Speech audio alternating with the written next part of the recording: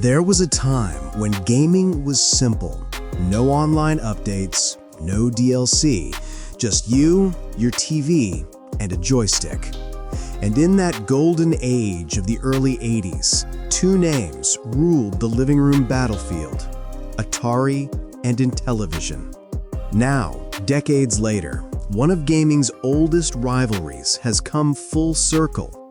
Meet the Intellivision Spirit, Atari's bold new revival of its former rival. It looks like it stepped right out of 1980, yet it's built for 2025. Wood grain textures, classic design lines, but under the hood, it's all modern magic. Forget tangled cables, the controllers are wireless, sleek, and rechargeable. It connects via HDMI, delivering crisp visuals that keep the retro soul, but ditch the fuzzy CRT static. And the best part?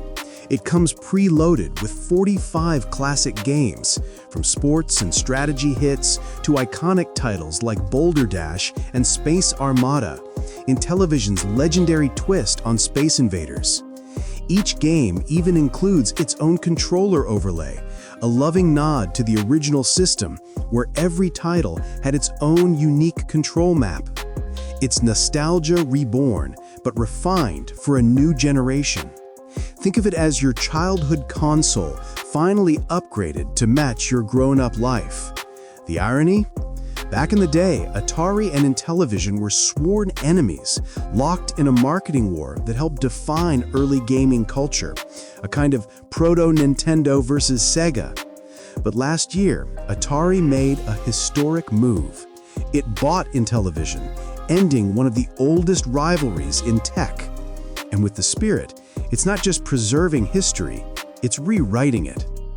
The Intellivision Spirit launches at $150, with pre-orders available now and shipments starting December 5th. No endless delays, no vaporware promises, just a real, tangible tribute to a bygone era, ready to plug into your living room once again.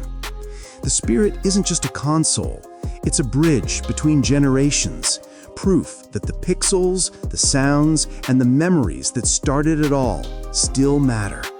So whether you're reliving your first high score or discovering these games for the very first time, one thing's certain: retro is alive, and it's never looked this good.